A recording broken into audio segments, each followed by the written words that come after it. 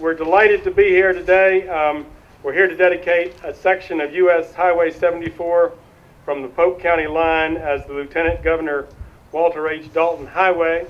US 74 is 457 miles that stretches across North Carolina all the way from the Tennessee line to the sands of Wrightsville Beach. And forever from this point forward, as a result of the ceremony today, there'll be a 5.8 mile section of US 74 that will be recognized as the Lieutenant Governor Walter H. Dalton Highway. This 5.8 mile section starts at the Polk-Rutherford County line and will stretch to US 221. And it will be named in honor of a man who loves his native county and has dedicated his life to making the region a better place for all.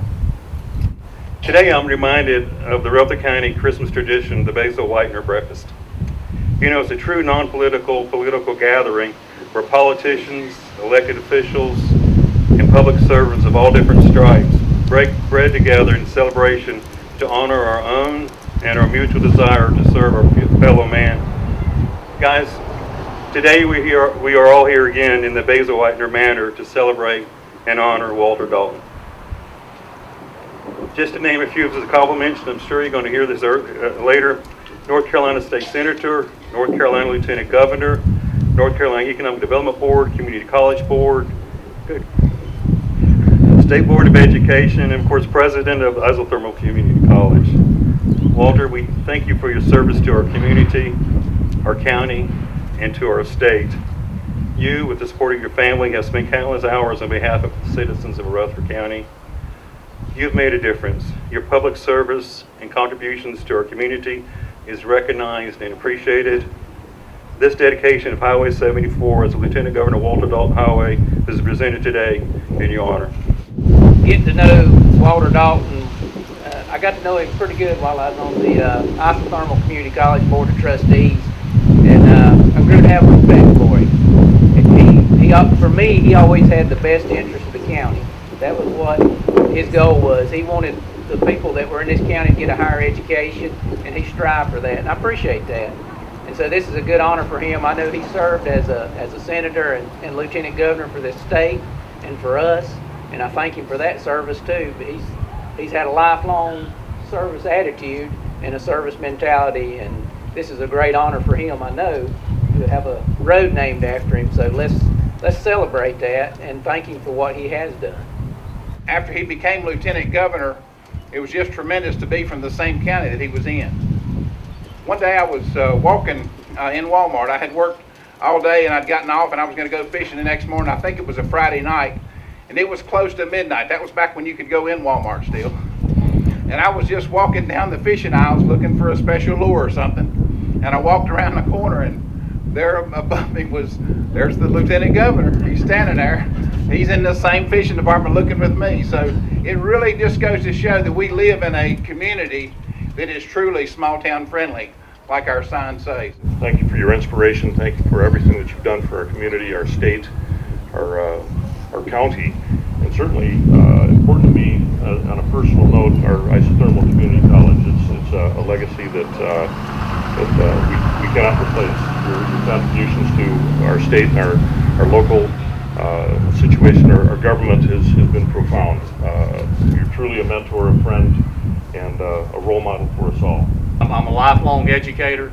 I've seen the impact that he and his wife have had here locally, and then the impact that he had whenever he went to Raleigh, and was always advocating to make sure that every child had the opportunity to get the best education possible, whether you were in Chapel Hill or you were in Rutherford County. And I appreciate that commitment to educational equity that Mr. Dalton always had, and I certainly congratulate him on his honor. In the past, commissioners used to go to Raleigh once a year. Every time we'd go down there, Walter would always take time out to talk to us, visit us, and see how we could make Rutherford County a better place to live. I always appreciate that, and just don't know what it meant for me. It's my pleasure to honor my colleague, my mentor, and my dear friend, Walter Dalton. I met Walter in the late 1980s while I was a young assistant district attorney and he was practicing law. He knew my husband, John, and I were new to the community and looking for a home as we were expecting our first child. Right about that same time, his neighbor contacted him to let him know that he was moving and wanted Walter to be able to pick his new neighbor. Well, just like that, my husband and I were living across the street from the Daltons.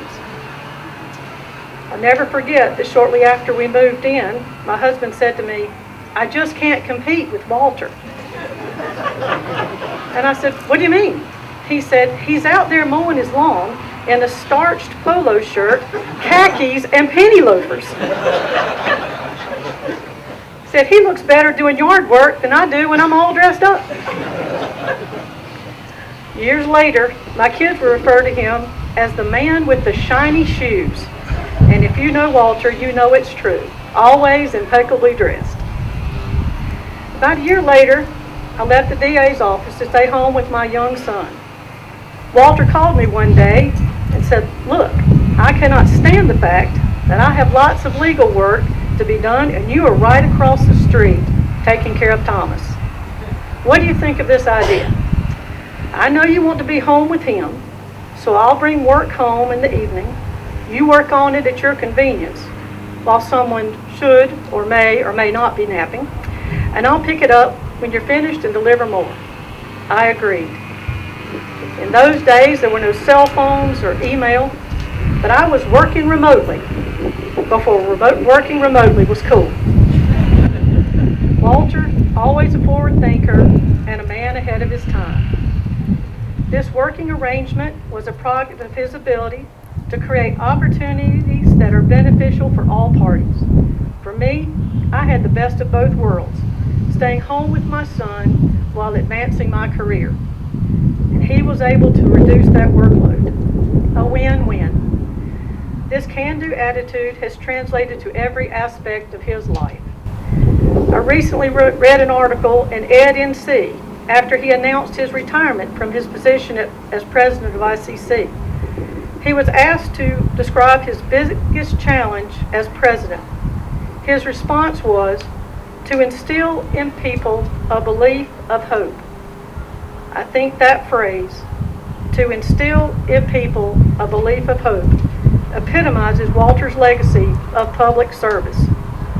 Walter has spent a lifetime viewing problems as opportunities, encouraging collaborative efforts for the good of all, and positively impacting the lives of others. His legacy of leadership and service includes assisting clients in the private practice of law, his representation of the citizens of Rutherford and Cleveland counties in the North Carolina Senate, and the people of North Carolina as Lieutenant Governor. In all of these capacities, he has given people hope for a better future. Countless lives have been touched by his focus on improving educational opportunities and promoting economic development. His accomplishments in the public realm are many and well documented. I believe that the true essence of Walter is his genuine concern for other people. When you have a conversation with Walter, you are the most important person in the room. It does not matter who you are or what is going on around him. And people recognize immediately that his interest is real. He has a gift of connecting with folks, always quick with a smile, a compliment, and an encouraging word. This desire to improve the lives of those around him has driven his life as a public servant. It was my privilege to have been his partner in the practice of law for 17 years and to have had a front row seat to his efforts on behalf of our community. When he was in the Senate and spending lots of time in Raleigh, and I was holding down the home front, so to speak, he would say, "We need to do this," or "We need to do that," to which my response was often, "Is that the you of we or the me of we?" We'd chuckle, but the truth is that his energy and ability to juggle multiple responsibilities simultaneously and manage his demanding schedule always amazed me. You would be hard-pressed to find someone who has worked harder, cared more deeply, or served more humbly than Walter Dalton. I commend the Rutherford County Board of Commissioners and the North Carolina Department of Transportation for recognizing Walter's contributions to Rutherford County and the state by honoring him with this special designation today. And once again, thank you for inviting me to speak. Walter, agreeing to work remotely for you was one of the best decisions of my life. I owe my career to you, and like many others, I have benefited from the extraordinarily high bar that you have set. And thank you and Lucille for all that you've done for all of us.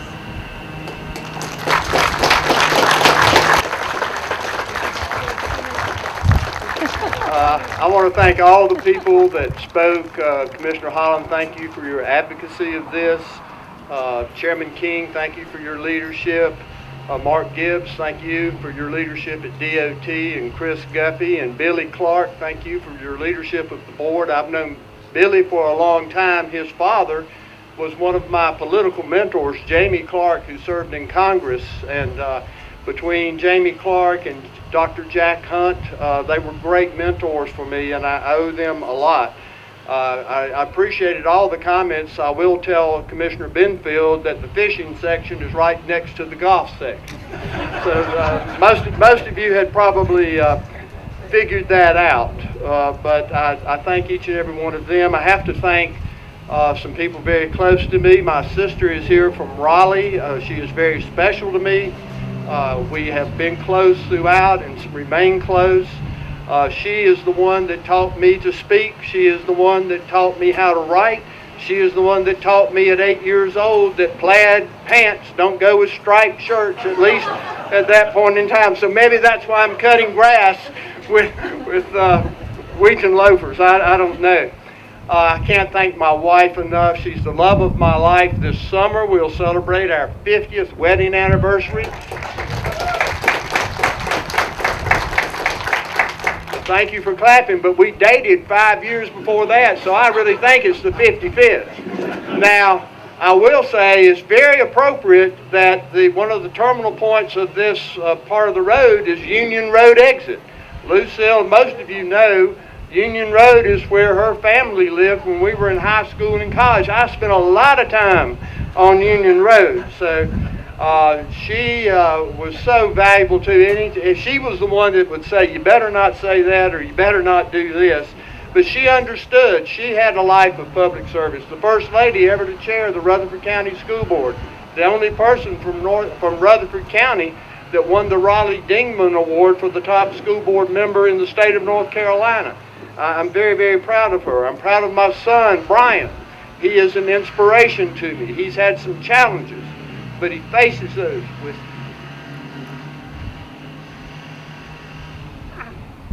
with dignity, courage, determination, and grace. He's my hero.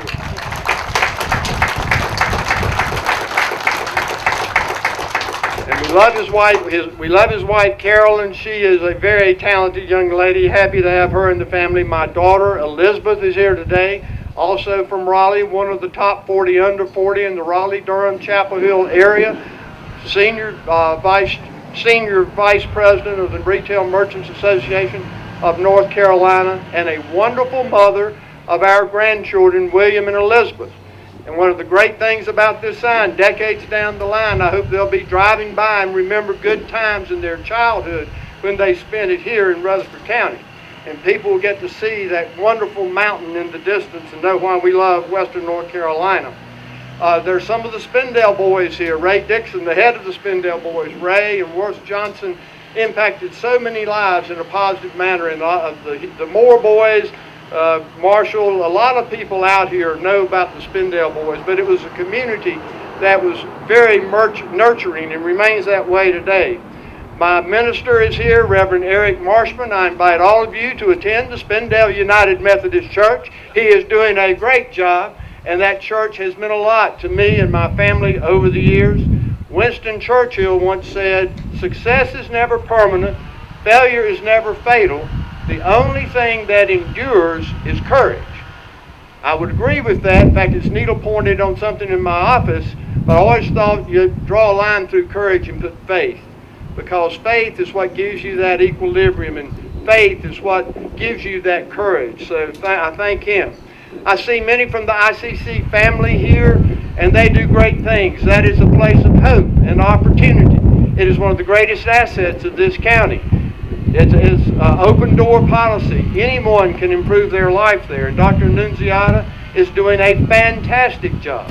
And I want to thank the commissioners for the support that they gave me when I was there. Construction of a new building, refurbishing some buildings, supporting new programs. I hope this year that they will appropriate the money to complete the renovation plan for the library and make sure the therapeutic writing ring is completed so we can get that certification. I will say that this is my name there, but there are hundreds and thousands of names that belong there, that are behind that, people I've worked with. Bobby England is here. We worked together in the General Assembly. Mike Allman is here. Mike and I were in law school together, smartest guy I ever knew. And he's doing some things over at Isothermal that are great. But he created the International Law section at Parker Poe. Bob Montgomery is here, my coach, one of my coaches from high school. Marshall, you remember Bob Montgomery? Well, he's here today.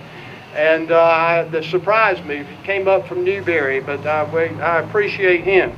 This has given me excuse to reconnect with some people that we worked on early colleges together and building them out in North Carolina.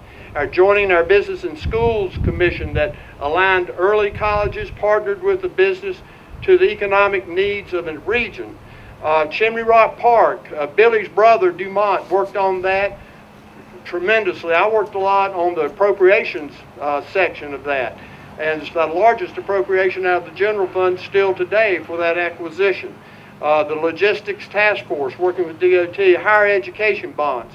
Many people, great people I worked with, and their names really belong there. And what I think that says is affirms that we were doing some good stuff for a lot of people. I'm glad that Mark mentioned the Highway 74 connector being an interstate connector. That was the excuse they used to get me before the county commission to talk about that when they did this. But that is much needed, and it will do a lot not only for economic development here, but for Western North Carolina. The last thing I would say, and I very much appreciate the comments, when I campaigned, I used to say, and today I think it's more polarized than it was when I was there, but I used to say that it's not so much about the R&Ds. I said everybody in my district wants the same thing. I don't care if they're Republican or Democrat. They want good roads. They want good schools. They want good jobs that pay well. They want strong law enforcement. They want to be able to go to the doctor and not put their life savings at risk. And they want low taxes. And it's hard to do all of that. And people know you can't do all of that, but what they're really looking for is someone with common sense and good judgment that can go to Raleigh or go to Washington or go in an elected position and use that common sense and good judgment to do something good for the people. That's what I always tried to do. And I hope that all those people I talked about, that's what they did. So I hope that this is some affirmation for them that we did some things that helped some people. So thank you a lot.